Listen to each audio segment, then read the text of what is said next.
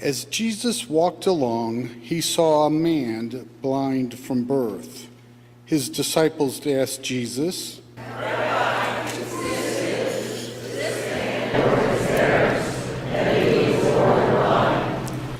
Jesus replied,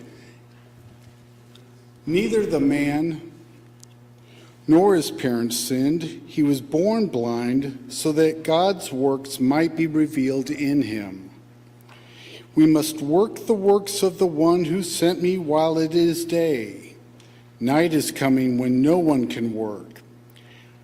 As long as I am in the world, I am the light of the world." When Jesus had said this, he spat on the ground and made mud with the saliva and spread the mud on the man's eyes, saying to him, "Go, wash in the pool of Siloam." Then the man went and washed and came back able to see. The neighbors and those who had seen him before as a beggar began to ask,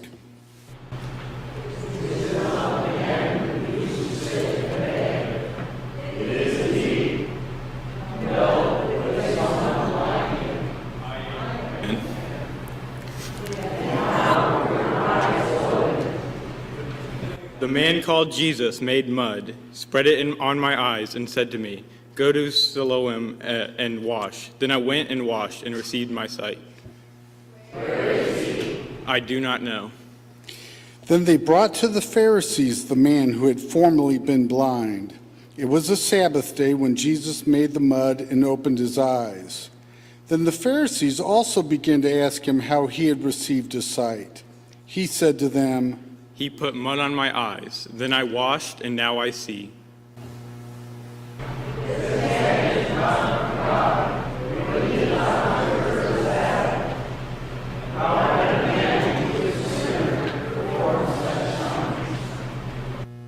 Were divided.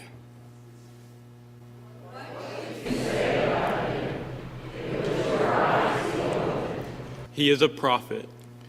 The Jews did not believe that he had been blind and had received his sight until they called the parents of the man who had received his sight and asked them, "Is this your son who you say was born blind? How then does he now see?" His parents replied, "Well, we know this is our son and that he was born blind, but we do not know how it is that now he sees, nor do we know who opened his eyes. Ask him. He's of age.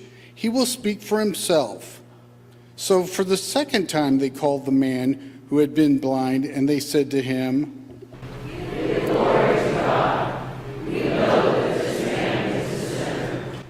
I do not know whether he is a sinner or not. One thing I do know is that I was blind, and now I see.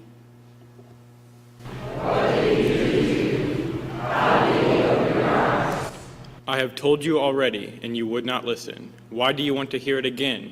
Do you also want to become his disciples? "You are his disciple, but we are disciples of Moses. We know that God has spoken to Moses, but as for this man, we do not know where he comes from." Here is an astonishing thing. You do not know where he comes from, and yet he opened my eyes. We know that God does not listen to sinners, but God does listen to one who worships the Lord and obeys God's will. Never since the world began has it been heard that anyone opened the eyes of a person born blind. If this man were not from God, he could do nothing.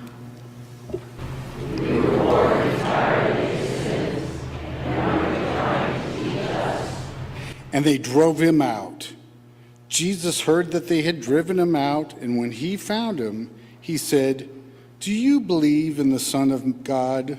And who is he, sir? Tell me, so that I may believe in him. "You have seen him, and the one speaking with you is he." Lord, I believe. And he worshiped Jesus. Jesus replied, "I came into this world for judgment, so that those who do not see may see, and those who do see may become blind." Some of the Pharisees near him heard this and said to him, "Surely you are not blind, are we?" Jesus replied, "If you were blind, you would not have sin. But now that you say, 'We see,' your sin remains." The word of the Lord. Praise be to God.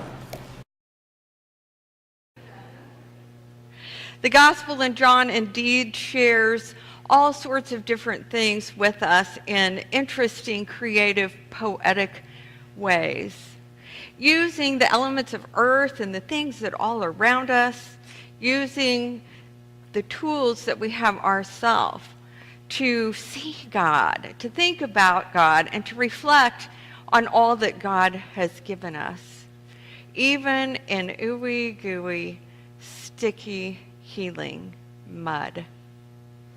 This morning I picked up our breeze, the youth breeze, which I want to encourage you to pick up and read your own. Kyle starts out, and this wasn't a part of my original plan, but I picked it up and was looking at it, and it's so great for this particular story and really for how we need to think about this season of Lent and about this challenge to be open to what God is doing amongst us, what God is doing in us and through us, what God is up to afresh and new in the world today. Kyle writes, "We live in a time where it seems everyone wants the answer. In today's political climate, we are constantly barraged with I am right and you are wrong. And no in between, it seems. Everything seems to be my way or the highway, black and white. Seeing the world black and white neatly divides things into right versus wrong. We are able to say yes or no and then move on to the next thing. The problem is, when we make things black and white, we lose the concept of reflection.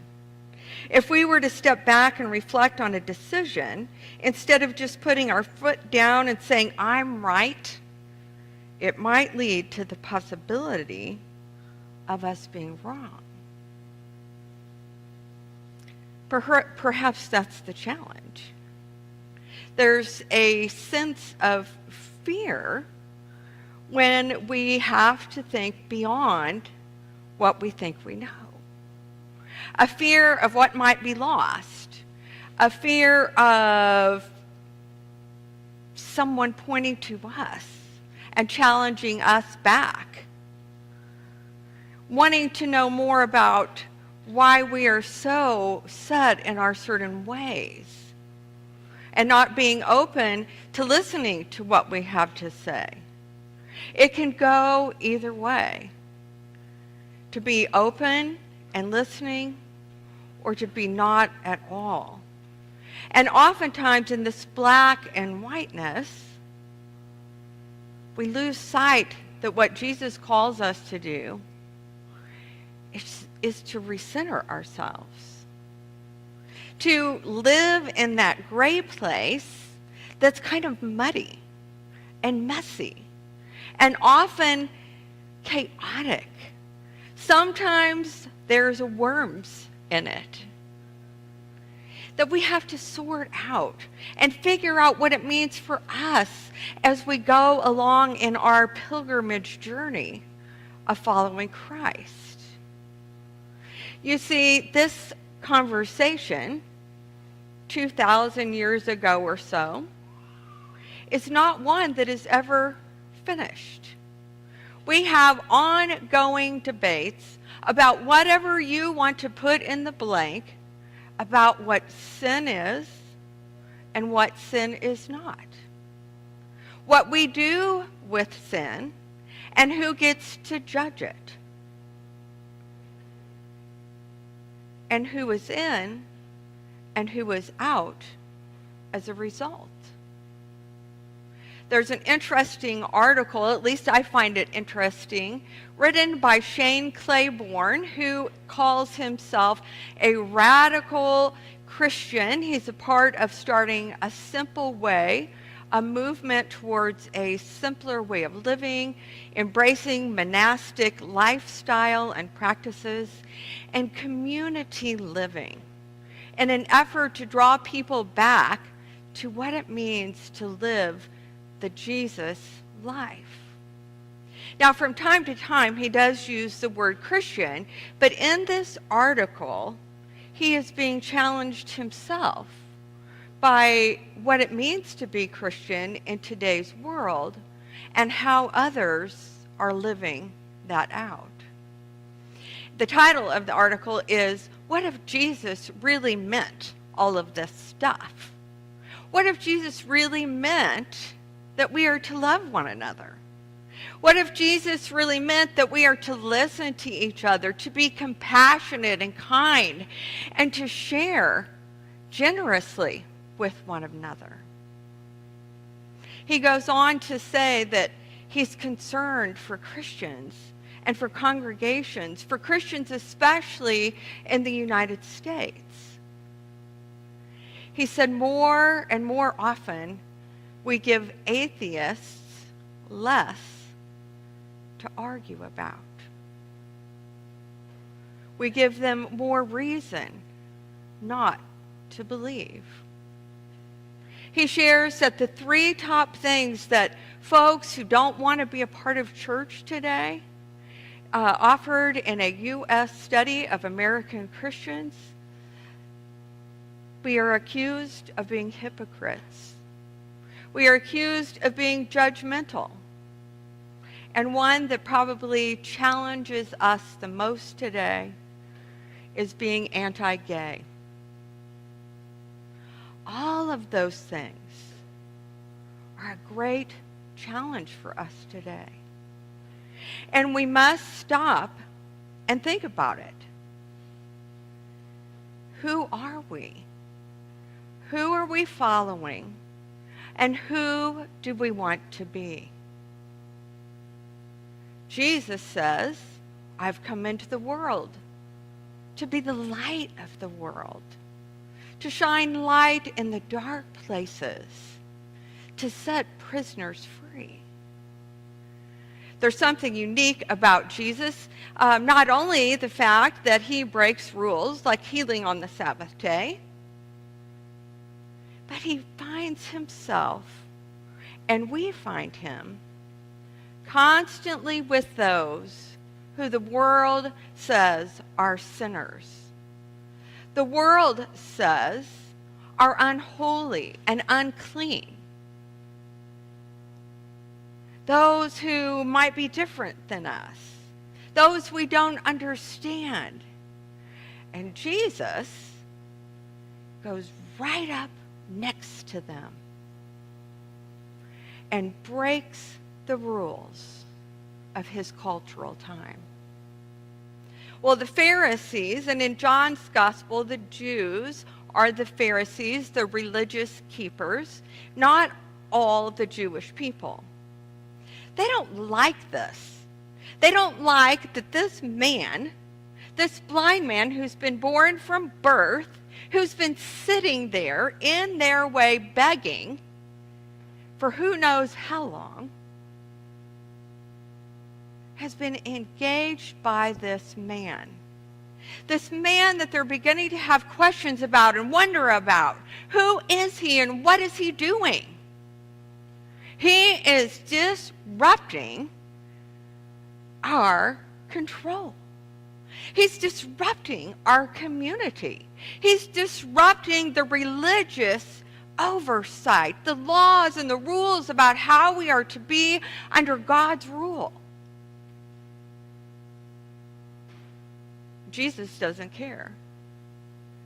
Jesus, the Son of God, God's very self on the earth with us, spits in the dirt, puts it all over this guy's eyes, and tells him to get up and go and wash in a pool that is called Scent.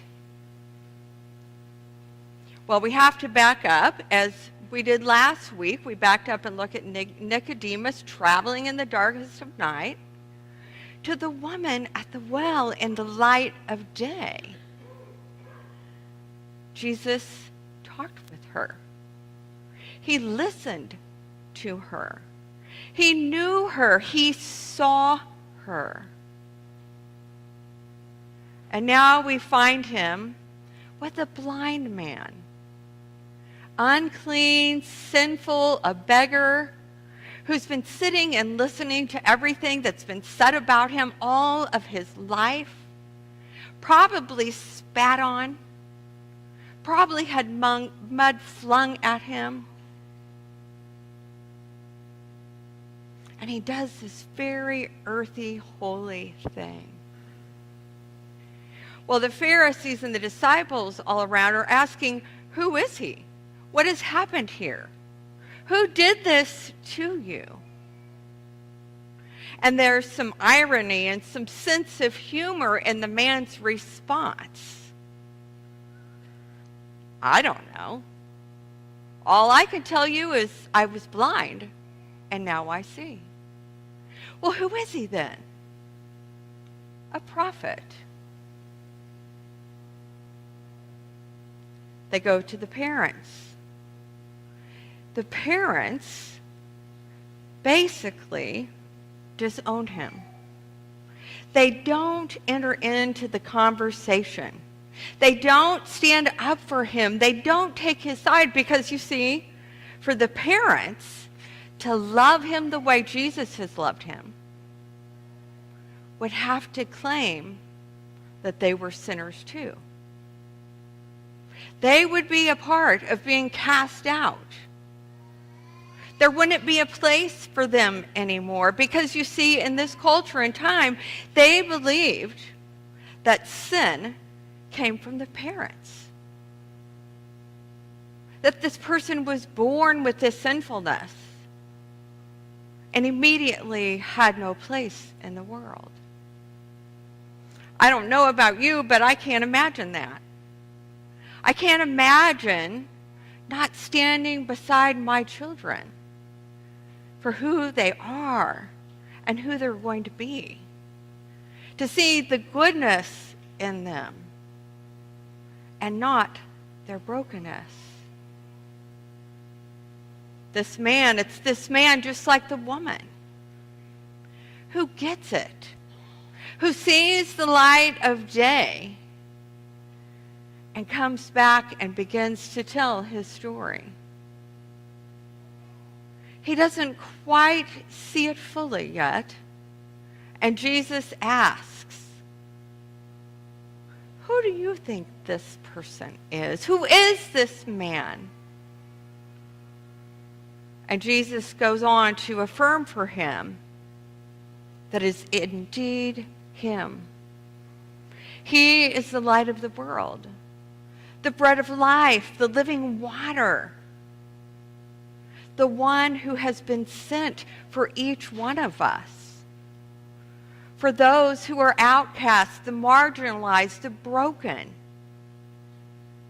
And it is Jesus, God's Son, who challenges us and calls each of us to look within ourselves. We've been thinking about this pilgrimage journey and the season of Lent and what it means to listen, to see, to explore things along the way that God is trying to show us. It requires all of our being, all of our senses. It calls us to look deep inside ourselves and ask, who is the person that we have written in the blank? Who is the person in our life that we cannot see? Who is the person in our life that we have a really hard time embracing? What is broken and dark within me that will not allow God's light to shine through? Years ago at a convention, a friend went with me. And at the end of the convention, she says, you know, Kathy, I've been gathered here with all of these people, and there's something about them that I know I do not have. She says, I can see it in them. It's like there's a light shining through them as they talk about their stories, as they talk about their experience with Jesus, as they share with me their thoughts and have welcomed me into this group. There's something I know that I need in my life. There is a lot of darkness in our world today. There continues to be a lot of brokenness. There continues to be places where people are seeking healing. And it is God who is calling us to examine ourselves first and then respond. It is God who is our shepherd. It is God who is leading us. If we will open our eyes and ears and heart to see. Amen.